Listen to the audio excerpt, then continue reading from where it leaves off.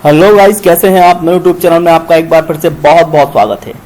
आज मैं आपको बहुत ही इंटरेस्टिंग टॉपिक के बारे में बताने जा रहा हूं। वो टॉपिक है ई गवर्नेंस। ई गवर्नेंस लगभग सभी लोग जानते हैं, लेकिन एक बहुत बड़ा कंफ्यूजन ई गवर्नेंस के बारे में बना हुआ है कि ई गवर्नेंस केवल जो डिजिटल पेमेंट है उससे रिलेटेड होता है। तो आज इस टॉपिक के बारे में हम डिटेल से चर्चा करेंगे और इस टॉपिक से संबंधित सभी बारीकियों को जानेंगे। बिना समय बर्बाद किए हम चालू करते हैं। देखिए, ई गवर्नेंस क्या है। ई गवर्नेंस का मतलब सभी सरकारी कार्यों को ऑनलाइन सर्विस के माध्यम से जनता तक आसानी से पहुंचाना। इसका सीधा तात्पर्य यह है कि आप जो भी गवर्नमेंट की सर्विसेज का उपयोग करते हैं उसके लिए आपको रिटर्न में कोई चीज नहीं करनी है। वो सारी सर्विसेज आपको आपके घर बैठे ऑनलाइन सर्विस के माध्यम से उपलब्ध हो जाएं। तो यह बहुत बड़ी क्रांति है इंडिया को डेवलप करने के लिए। आज आपको कागज पे कोई आवेदन लिख के देने की आवश्यकता नहीं होती है। लगभग सारे कागज पे आवेदन जो पहले देना हुआ करते थे वो सारी समस्याओं से काफी हद तक हमें सॉल्यूशन उस समस्या का मिल चुका है। सारी सेवाओं का आप घर बैठ के ऑनलाइन सर्विस के माध्यम से लाभ ले सकते हैं। अब देखिए, आम नागरिकों को बहुत सारी सुविधाएं हैं, जैसे आपको आधार कार्ड बनवाना है या पैन कार्ड बनवाना है। तो ये सारी सर्विसेज के लिए आपको जो एप्लीकेशन देना होता है वो आपको कहीं रिटर्न में जाके नहीं देना, आप अपने घर में बैठ के ही दे सकते हैं। और इस टॉपिक के बारे में हम डिटेल से जानते हैं। देखिए, ई गवर्नेंस के मुख्य रूप से 4 पिलर होते हैं: पीपल, प्रोसेस, टेक्नोलॉजी और रिसोर्सेस। अब ई गवर्नेंस कैसे चालू हुआ इसके बारे में भी हम जानेंगे। भारत सरकार ने 1970 में इलेक्ट्रॉनिक विभाग की स्थापना की थी। तो एक तरीके से ये पहला स्टेप था जो ई गवर्नेंस की ओर इंडिया को अग्रसर कर रहा था। ठीक इसी स्टेप को आगे बढ़ाते हुए 1977 में एनआईसी सेंटर की स्थापना हुई। आपने आज देखा होगा लगभग हमारे देश के सभी जिलों में एनआईसी सेंटर एस्टेब्लिश हो चुके हैं, जो सारे कम्युनिकेशन की वर्क करते हैं। किसी भी प्रकार का कोई भी कम्युनिकेशन गवर्नमेंट को करना होता है तो इन एनआईसी सेंटर के माध्यम से किया जाता है। आज ये आवश्यकता नहीं है कि जब तक दिल्ली से चिट्ठी आएगी उसके बाद ही छतरपुर में कोई इंफॉर्मेशन आएगी या फिर किसी भी प्रकार के रिटन डॉक्यूमेंट का वेट नहीं करना होता है। जैसे ही गवर्नमेंट जिस भी योजना का क्रियान्वयन करना चाहती है उसके रिटन डॉक्यूमेंट बाय मेल आपको आपके जिले में उपलब्ध हो जाते हैं। अब ये 4 पिलर कैसे काम करते हैं। देखिए, पीपल, जो भी सारे काम हैं ई गवर्नेंस के वो पीपल के लिए हैं। अब वो पीपल कोई भी हो सकता है, पब्लिक हो सकती है या गवर्नमेंट एम्प्लॉय हो सकते हैं या फिर गवर्नमेंट वर्कर जो एम्प्लॉय के अंडर में वर्क कर रहे हैं। कौन सी प्रोसेस, अब उनको क्या करना है, अटेंडेंस करना है या फिर उनको सैलरी लेना है या फिर उनको एप्लीकेशन सेंड करना है वर्क के लिए। अब उसके लिए कोई ना कोई एक टेक्नोलॉजी है जो उपयोग हो रही है। उस टेक्नोलॉजी को रिसोर्स के माध्यम से, सपोज दैट आप घर में बैठ के लैपटॉप या कंप्यूटर के माध्यम से या फिर सीएससी सेंटर पर जाकर या फिर एमपी ऑनलाइन के केंद्र पर जाकर उस सर्विसेज का लाभ ले रहे हैं, वो सारे रिसोर्सेस हैं। अब आप इसके बारे में और डिटेल से जानेंगे। ई गवर्नेंस के 4 प्रकार होते हैं। बड़ा आसान है e governance: G2G, G2C, G2B and G2E। अब G2G क्या होता है? आप देख सकते हैं हमारे इंडिया में सेंट्रल गवर्नमेंट वर्क करती है और स्टेट गवर्नमेंट वर्क करती है। अब ये दोनों गवर्नमेंट हुई, इनके बीच भी कोई कम्युनिकेशन होना है तो वो ई गवर्नेंस में ही आएगा।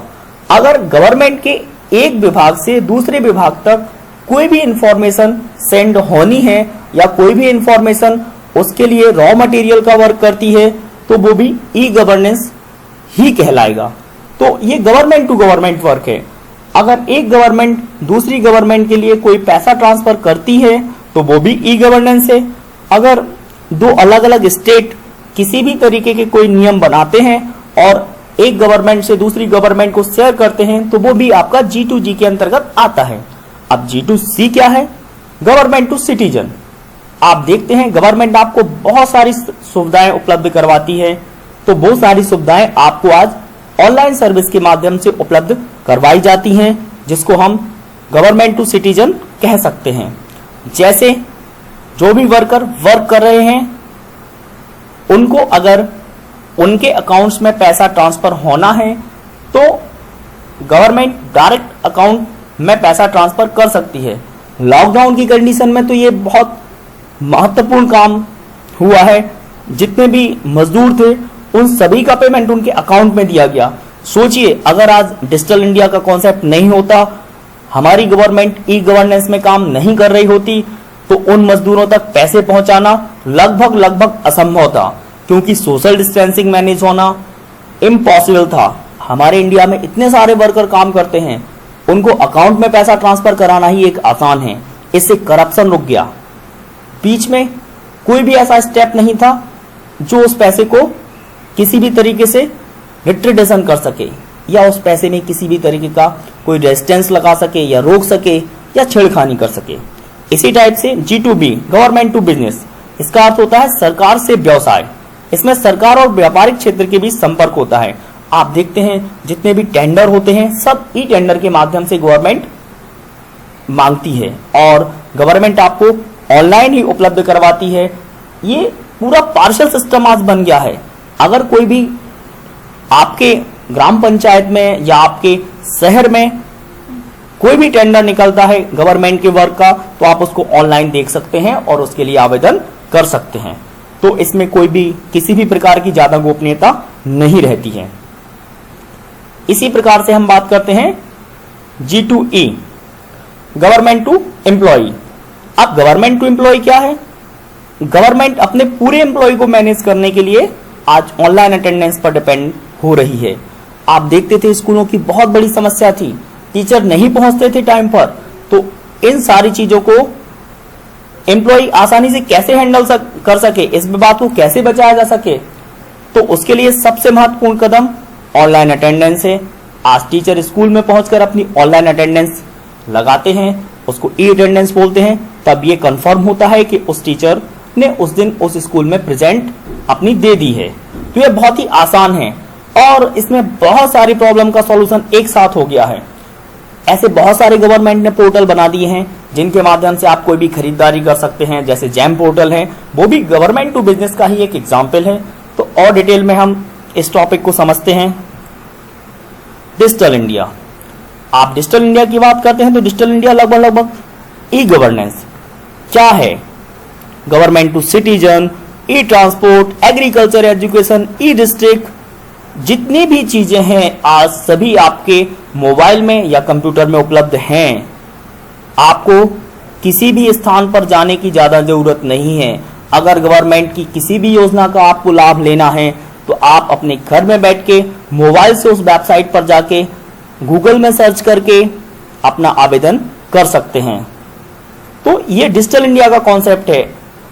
आज आप सबसे बड़ी समस्या ये सोचते हैं कि जो इतने सारे मजदूर हैं उनका पेमेंट कैसे होता होगा गवर्नमेंट के माध्यम से। तो 2014 में सबसे बड़ा इनोवेशन ये हुआ कि सभी मजदूरों के अकाउंट खुलवाए गए। उन अकाउंट को खुलवाना इंडिया के लिए एक बहुत बड़ी शुरुआत थी, और सीधा का सीधा जो हितग्राही है उसका पैसा उसके अकाउंट में जाना, ये इंडिया के भविष्य को तय कर रहा है। आज एक भी पैसा करप्शन में नहीं लगता है। हाँ, अब भी अगर कोई करप्शन हो रहा है तो वो आप मान के चलिए पब्लिक खुद मिस्टेक कर रही है, और करप्शन को पब्लिक खुद बढ़ावा दे रही है। गवर्नमेंट इतने अच्छे कदम उठा रही है कि करप्शन रुक जाए, उसके लिए डिजिटल इंडिया के अलावा कोई दूसरा सॉल्यूशन नहीं हो सकता। अब देखिए, हम जानते हैं किन 9 प्लेयर्स पे डिजिटल इंडिया ने काम किया है। ब्रॉडबैंड हाईवेज, ब्रॉडबैंड आपको बड़े आसानी से अब उपलब्ध हो जाता है। पब्लिक इंटरनेट, आपने देखा होगा आज से 4-5 साल पहले इंटरनेट की स्पीड कितनी स्लो हुआ करती थी और पब्लिक को ओपन इंटरनेट नहीं मिलता था। आज बहुत सारी सिटीज में और बहुत सारे एजुकेशनल कैंपस में फ्री ऑफ कॉस्ट स्टूडेंट को इंटरनेट की सुविधा मिलती है, और बहुत सारी सिटी ऐसी हो चुकी हैं जो नॉर्मल वाईफाई एक्सेस वहां नॉर्मल पीपल कर सकते हैं। इंफॉर्मेशन फॉर एवरीवन, सभी के लिए इंफॉर्मेशन है, कोई गोपनीयता नहीं है। हमें किसी प्रकार की दस्तावेज निकलवाने की आवश्यकता नहीं है।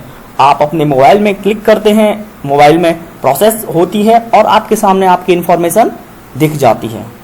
Early harvest program, universal access to phones, IT for jobs, आप जॉब भी घर बैठे देख पाते हैं, कौन सी कंपनी में, कौन से विभाग में कहां जॉब निकली हुई है। इसी को आप ई क्रांति कहते हैं।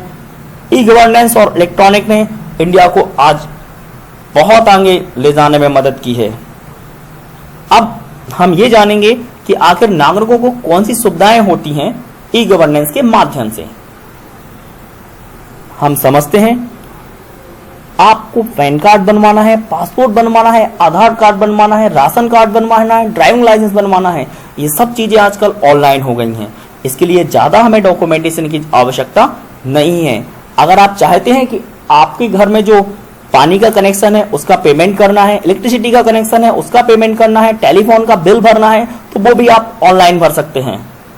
अगर आप सोचिए, ये जो लॉकडाउन हुआ है, अगर ट्रेन की टिकट लेने रेलवे स्टेशन पर जाना होता तो कितनी बड़ी समस्या होती गवर्नमेंट के सामने।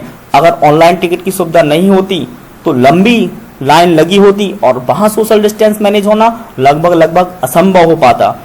हाँ, हम एजुकेशन में और डिजिटल होने की आवश्यकता आज समझ रहे हैं।